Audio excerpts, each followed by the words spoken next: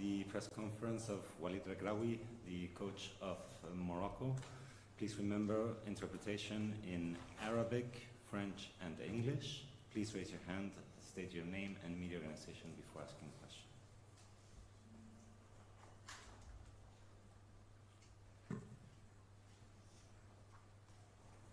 السلام عليكم.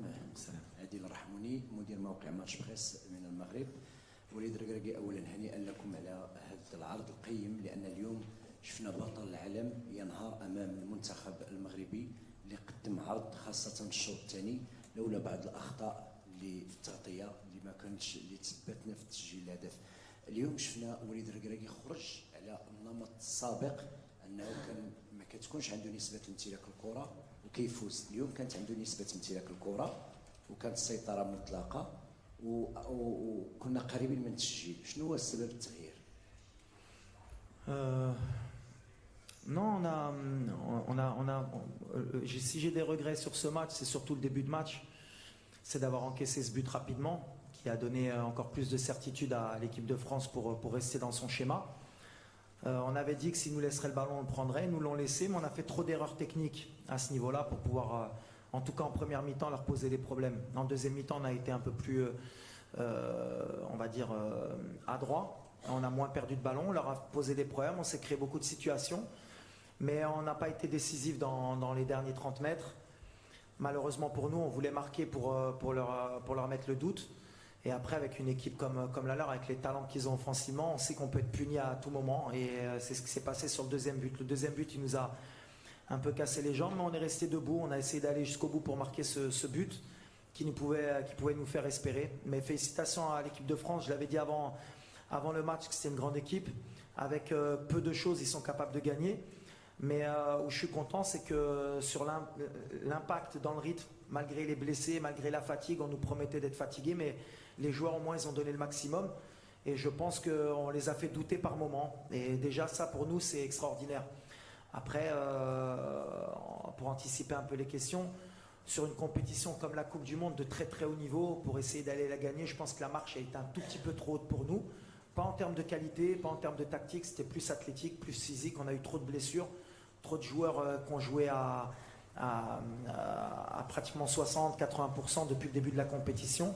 Et avec tout ça, on fait quand même demi-finaliste. Donc d'abord, je veux féliciter l'équipe de France d'abord, leur dire bravo.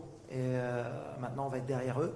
Et mes joueurs surtout, parce que voilà, le cœur qu'ils y ont mis, l'image qu'ils ont donnée, je pense, de notre équipe nationale dans le monde, je pense que ça vaut la victoire en Coupe du Monde. Maintenant, c'est dur pour les gamins, parce qu'ils voulaient absolument marquer l'histoire. Mais on va apprendre. On ne gagne pas une compétition comme la Coupe du Monde sur un miracle. On doit encore travailler pour revenir encore plus fort, Inch'Allah.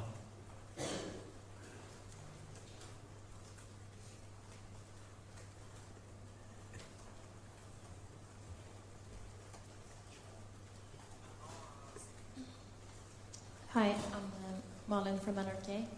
I was wondering, you're going to play the third place match, the bronze medal match now. How big is your motivation to play a match like that, and will you consider to rest some of your best players?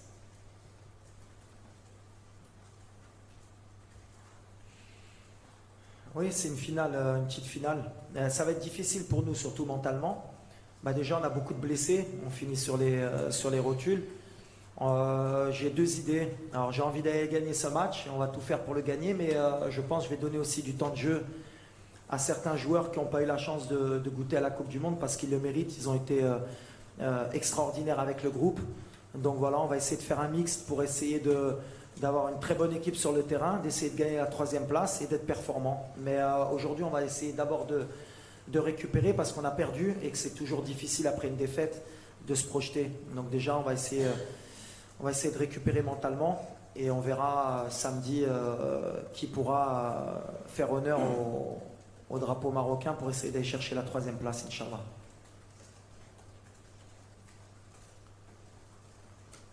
We don't... in the middle here, please.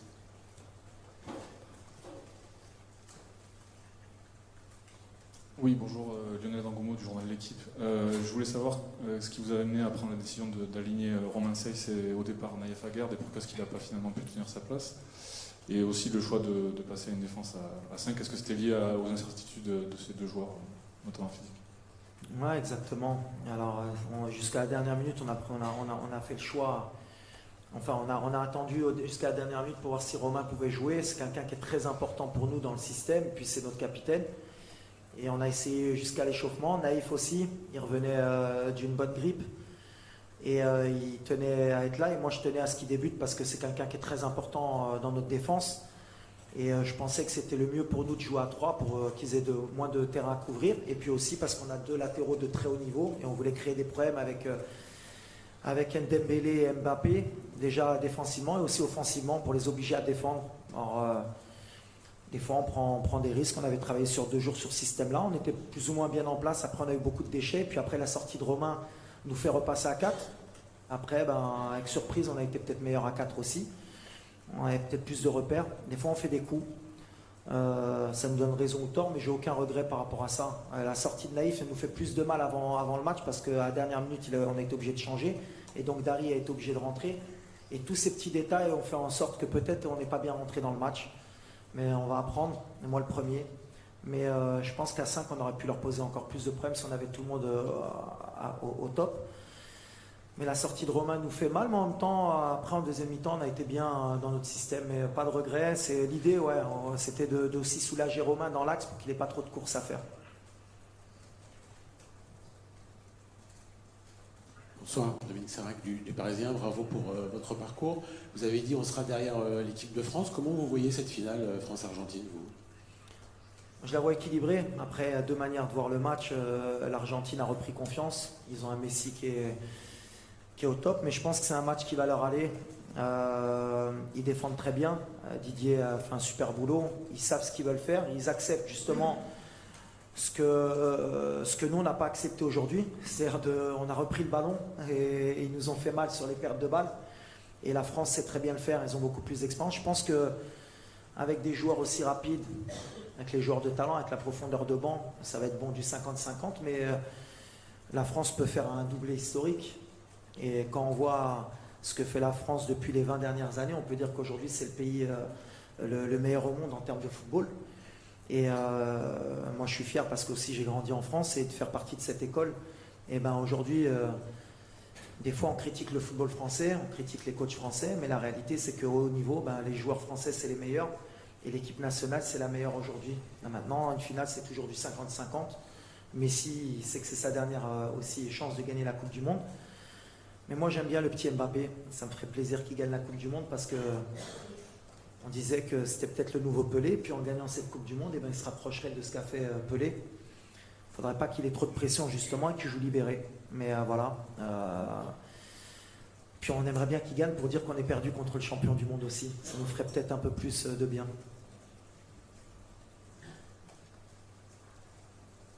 Ahmed Talal, le CTV. Coach, après cet exploit, on va dire un exploit historique durant cette Coupe du Monde, est-ce que votre prochain objectif sera la prochaine CAN? Merci.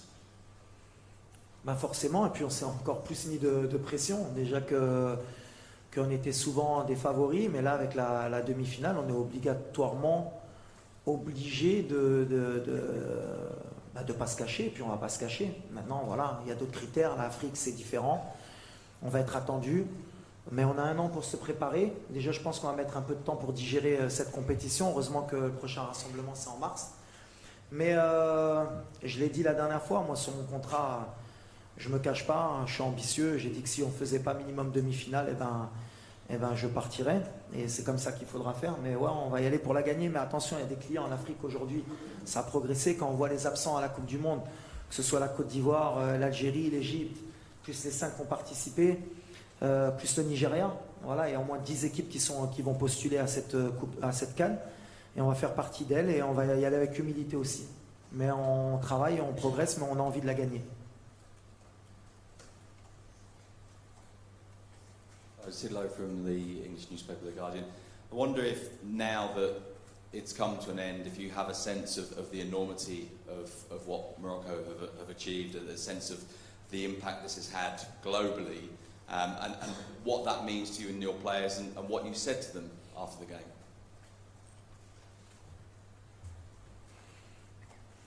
Bon, on sentait quand même avant qu'on avait fait un exploit, hein, parce qu'aujourd'hui, on est dans un monde de communication qui est important, donc via les réseaux sociaux, via la télé, via tous les images qu'on nous a envoyées, on a bien compris que déjà dans notre pays, tout le monde était fier de nous. On est déçus pour le peuple marocain aujourd'hui parce qu'on voulait les faire rêver jusqu'au bout. Maintenant, on va digérer aussi parce que, en fait, c'est compliqué. On est heureux d'avoir fait ce parcours, mais on sent qu'on n'était pas non plus aussi loin d'un très grand exploit. Mais ces petits détails qui font qu'on peut être champion du monde, aujourd'hui, on l'a quand même ressenti que les petits détails sont très importants. La profondeur de banc, arriver à 100% en demi-finale, c'est ce qu'on n'a pas su faire. Après, ce que j'ai dit aux joueurs, c'est que j'étais fier d'eux, que Sa Majesté aussi était fier d'eux, le peuple marocain était fier d'eux, et je pense que le monde est fier d'avoir vu une équipe du Maroc comme celle-là, parce qu'on a joué avec notre cœur, on n'a pas démérité, et on s'est battu jusqu'au bout, et c'est les valeurs du football qu'on voulait partager. Et on a, je pense, non seulement donné une belle image du Maroc, mais une belle image du football africain. Et ça, c'était important pour nous aussi, parce qu'on était déjà un représentant de notre pays, mais de notre continent.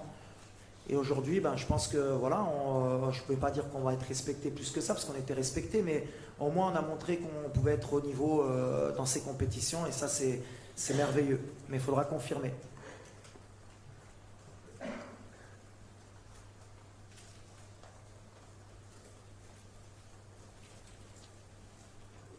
Hi, Walid. Thiago from ESPN.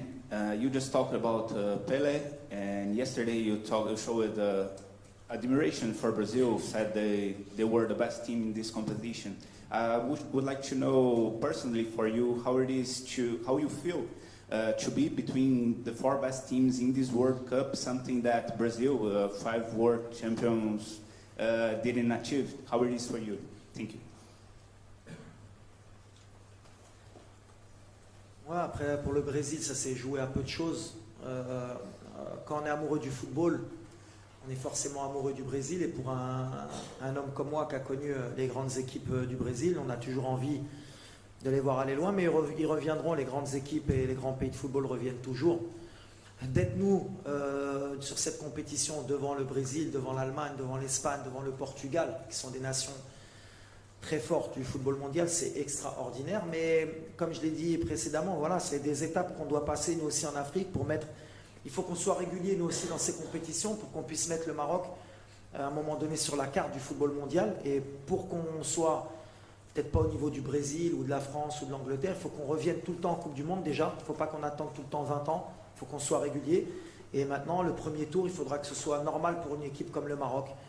Mais c'est une étape, et j'espère que psychologiquement, ce parcours du Maroc va libérer beaucoup de pays africains, et va libérer aussi beaucoup de jeunes africains qu'on est capable de rivaliser avec des pays comme le Brésil, comme la France, comme l'Angleterre, et que nous aussi on peut progresser dans le monde du football.